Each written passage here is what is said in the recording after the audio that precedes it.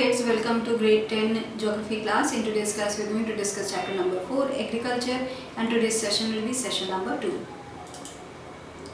So in this session we are going to start with cropping pattern. तो cropping pattern किस तरीके से होते हैं उसकी बात करेंगे हम लोग इस जो सेशन में। वो various types of food and fiber crops, vegetables and fruits, spices and condiments etc. constitute some of the important crops grown in the country. India has 3 cropping seasons: Rabi, Kharif and Zaid.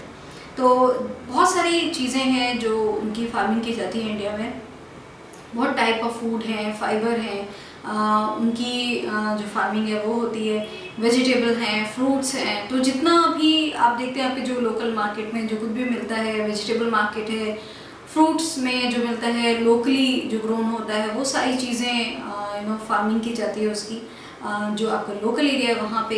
And then अलग अलग state में अलग अलग चीज़ें हैं वो उगाई जाती हैं।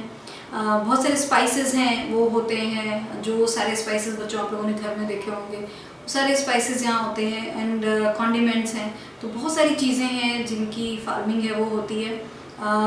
कुछ जो चीज़ें हैं वो ज़्यादा इम्पॉर्टेंट होती हैं, कुछ चीज़ें स्पेसिफिक स्टेट्स में होती हैं, स्पेसिफिक रीजन में होती हैं।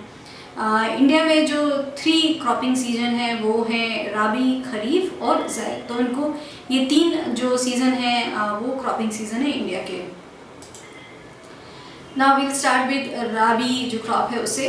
Rabi crops are sown in winter from October to December and harvested in summer from April to June.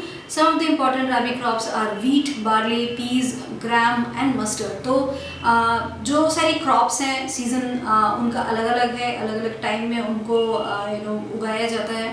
तो रबी क्रॉप्स जो है उनको लगाया जाता है विंटर में फ्रॉम अक्टूबर से दिसंबर में, एंड उनको हार्वेस्ट किया जाता है समर में अप्रैल टू जून। तो जब उनको लगाया जाता है तो वो विंटर का टाइम रहता है, एंड जब उनको हार्वेस्ट किया जाता है, इनको काटा जाता है या निकाला जाता है, वो होता है समर का time from April to June.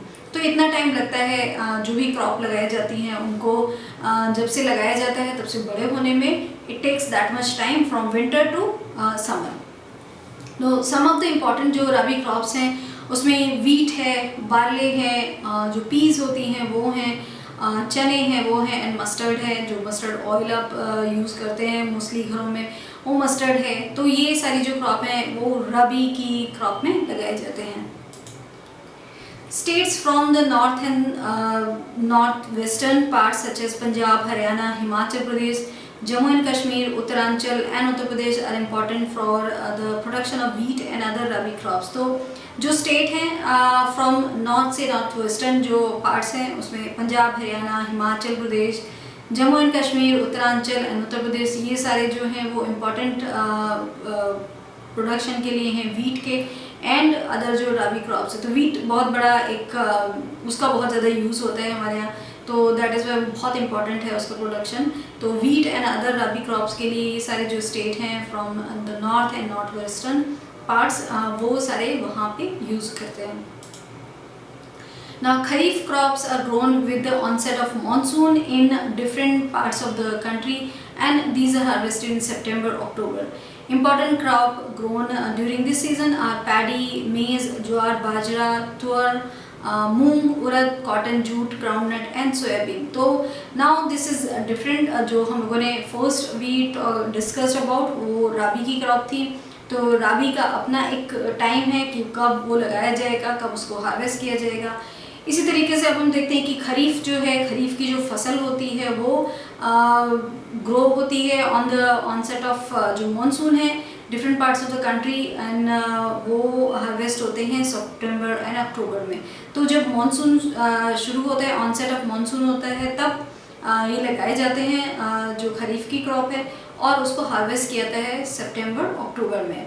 Important जो क्रॉप है ग्रोन इस सीज़न में, जो खरीफ का सीज़न होता है उसमें पैडी है, मेज़ है, जो भुट्टा आप लोग खाते हैं वो होता है, ज्वार, बाजरा जो अब बहुत कम खाया जाता है बट पहले बहुत ज़्यादा खाया जाता था ज्वार बाजरा। उसको पहले बोला जाता है कि वो ज्वार बाजरा जो है वो गरीब लोगों का प्रोटीन है, गरीब लोग उसको ज़्यादा खाते थे, बट अब वो इतना अब काफ़ी महंगा हो गया है, तो अभी गरीब लोग उसको नहीं खाते हैं। तो ज्वार बाजरा जो है वो बहुत न्यूट्रिशनल वैल्यू भी उसमें होती है। तुअर जो अरहर दाल है जो बहुत ज़्यादा खाई जाती है इंडिया में। मूंग है, उड़द, कॉटन, जूट, ग्राउंडनट जो है, जो मूंगफली होती है वो, एंड सोयाबीन जो है। तो इन सारी जो इन चीज़ों को जो उगाया जाता है वो आते हैं खरीफ की फसल में। In between the Rabi and Kharif seasons, there is a short season during the summer months known as the Zaid season. Some of the crops produced during Zaid are watermelon, muskmelon, cucumber, vegetables and fodder crops. Sugarcane takes almost a year to grow. तो in between Rabi and Kharif की जो फसल है उनके बीच में जो time होता है, एक शॉर्ट सीजन होता है, उसको ड्यूरिंग समर के टाइम में तो वो होता है जायद का सीज़न। जायद की फसल उस टाइम लगती है और जायद में जो क्रॉप्स होंगे तो जो गर्मियों में आपको चीज़ें मिलती हैं तो वो होंगे जायद के। वाटरमेलन जो है वो जायद की फसल में आता है। मस्क मेलन जो तरबूज एंड खरबूज जो होते हैं, क्यूकम्बर, तो ये सारी चीज़ें आप देखेंगे ये समर में मिलती हैं एंड इनमें बहुत सारा वाटर कंटेंट होता है। तो इसीलिए नेचर ने जो चीज़ें बनाई हैं वो बहुत सोच समझ के बनाई हैं कि when it's a summer season तो आपको बहुत ज़्यादा वाटर कंटेंट की ज़रूरत पड़ती है, पानी आपको ज़्यादा पीना चाहिए, तो वो बॉडी को कूलिंग देता है एंड बॉडी के लिए अच्छा होता है। दैट इज़ वाई ये सारी जो फसल है वाटरमेलन, मस्कमेलन, क्यूकम्बर, ये तीनों चीज़ें जो हैं वो उस टाइम होती हैं। कुछ वेजिटेबल एंड फॉडर क्रॉप्स जो होते हैं जो एनिमल्स को खिलाए जाते हैं वो क्रॉप्स होते हैं। शुगर केन जो है वो ऑलमोस्ट उसको लगता है 1 साल ग्रो करने के लिए, तो वो उसको पूरा 1 साल लग जाता है, देन वो हार्वेस्ट किया जाता है।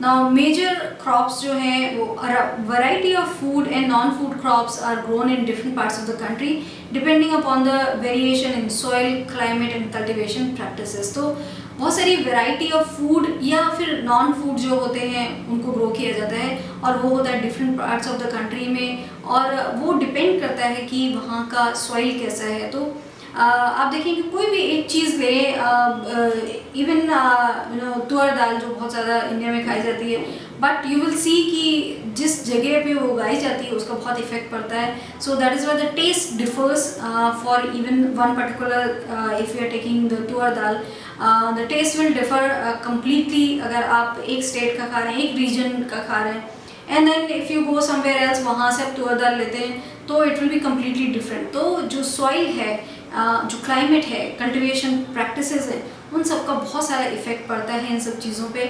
So that is why different region में डिफरेंट चीज़ें भी उगाई जाती हैं। different crops are grown in different parts of the country, and that is why we have all these things जो different soil भी हैं। उससे भी ये होता है कि कुछ एक पर्टिकुलर चीज़ एक सॉइल में ही उगेगी एंड डिफरेंट चीज़ will be like in north India कुछ चीज़ें होंगी ज़्यादा अच्छे से, एंड देन साउथ इंडिया में कुछ चीज़ें बहुत अच्छे से होती हैं।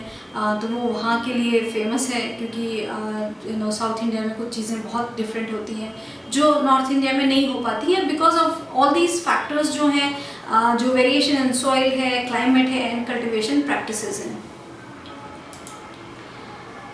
राइस जो है one of the major crop है, तो it is a staple food crop of a majority of the people in India. Our country is the second largest producer of rice in the world after China. Rice is grown in the plains of north and northeastern India, coastal areas and the deltaic regions. So जो rice है वो एक staple food crop है India के लिए, majority of the people के लिए ये एक स्टेपल डाइट है राइस की। तो अपने कंट्री में जो हम लोग का प्रोडक्शन है राइस का, we are the second largest producer जो है हम राइस के in the world. After China के बाद में हम लोग सेकेंड लार्जेस्ट हैं राइस के प्रोडक्शन के लिए। तो यू कैन इमेजिन कि राइस कितना ज़्यादा उगाया जाता है यहाँ पे। राइस जो है वो उगाया जाता है plains of north and north eastern India में। तो that is a particular area जहाँ पे राइस है वो उगाया जाता है।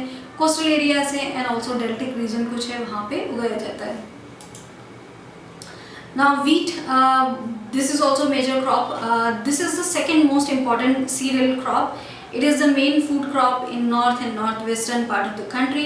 The major wheat producing states are Punjab, Haryana, Uttar Pradesh, Bihar, Rajasthan and parts of Madhya Pradesh. तो wheat जो है जो जिसे गेहूँ बोलते हैं, जिसे रोटी जो बनती है, जो एक स्टेपल डाइट है, राइस एंड वीट बोथ, तो वो जो है वो second most important cereal crop है। तो फर्स्ट के बाद ये जो सेकंड है, वीट बहुत ज़्यादा यूज़ किया जाता है। ये मेन फूड क्रॉप है और इसको खाया जाता है mostly north and north western part of the country में। अगर आप साउथ में जाएंगे तो वीट यूज़ नहीं होता है वहाँ पे राइस बहुत ज़्यादा यूज़ होता है। द मेजर जो वीट प्रोड्यूसिंग स्टेट्स हैं वो हैं Punjab, Haryana, Uttar Pradesh, Bihar, Rajasthan and parts of Madhya Pradesh. तो यहाँ पे ही वीट जो है यूज़ भी बहुत ज़्यादा होता है।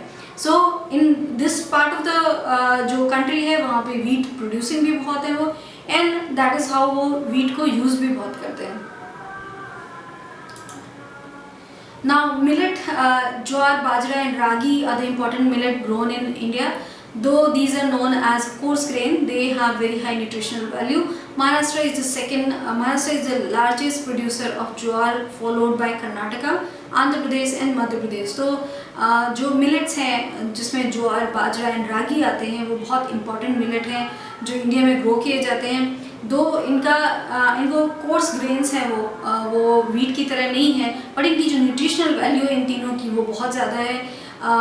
वेट लॉस में बहुत रागी जो है वो यूज़ किया जाता है बिकॉज इनकी जो न्यूट्रिशनल वैल्यू वो भी बहुत ज़्यादा है।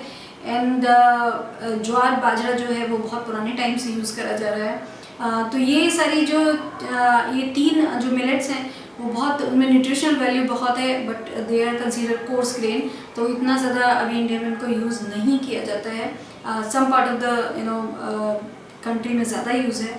महाराष्ट्र जो है वो लार्जेस्ट प्रोड्यूसर है ज्वार का, फॉलोड बाय उसके बाद आता है कर्नाटका, आंध्र प्रदेश एंड मध्य प्रदेश। तो इस तरीके से different parts of the country वो प्रोड्यूस कर रहे हैं डिफरेंट चीज़ें, एंड जहाँ पे जो चीज़ ज़्यादा होती है वो चीज़ ही ज़्यादा यूज़ भी की जाती है। तो because of the people wherever they are living and वहाँ पे वो क्रॉप ग्रो हो रही है, सो इट्स वेरी नेचुरल कि वो लोग वो चीज़ों को ज़्यादा कंज्यूम भी करते हैं। Maize, it is a crop which is used both as food and fodder.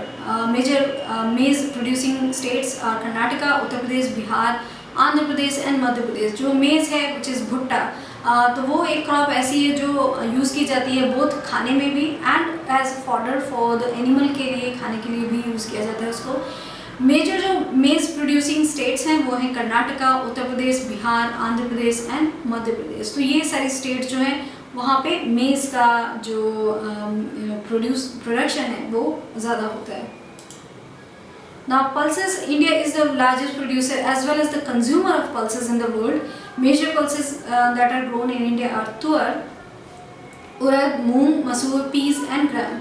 Major pulse producing states in India are Madhya Pradesh, Uttar Pradesh, Rajasthan, Maharashtra and Karnataka. तो जो pulses हैं जो इंडिया में India is the largest producer है pulses का and as well as consumer भी है, क्योंकि वर्ल्ड में आप कहीं भी जाएं इतना ज़्यादा जो पल्सेस हैं या दाल हैं वो आपको कहीं भी लोग खाते हुए नहीं मिलेंगे जितना वी ईट, बिकॉज हम लोग वेजिटेरियन भी हैं। So main source of protein हमारे लिए ज़्यादा जो इंडिया में लोग हैं वो वेजिटेरियन है, तो that is Y main source of protein उनके लिए यही रहता है पल्सेस के रूप में, एंड दैट इज़ वाई वो बहुत ज़्यादा खाए जाते हैं। एंड दैट्स वाई हमारे स्टेपल डाइट भी वही है जो दाल, चावल, रोटी, सब्जी है, and that's why it is जो सबसे ज़्यादा हम लोग उसको प्रोड्यूस भी कर रहे हैं and then we are consuming also.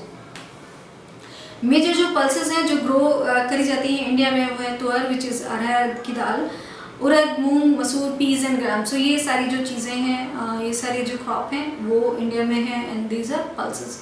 Major जो पल्स प्रोड्यूसिंग स्टेट्स हैं इंडिया में वो है मध्य प्रदेश, उत्तर प्रदेश, राजस्थान, महाराष्ट्र एंड कर्नाटका।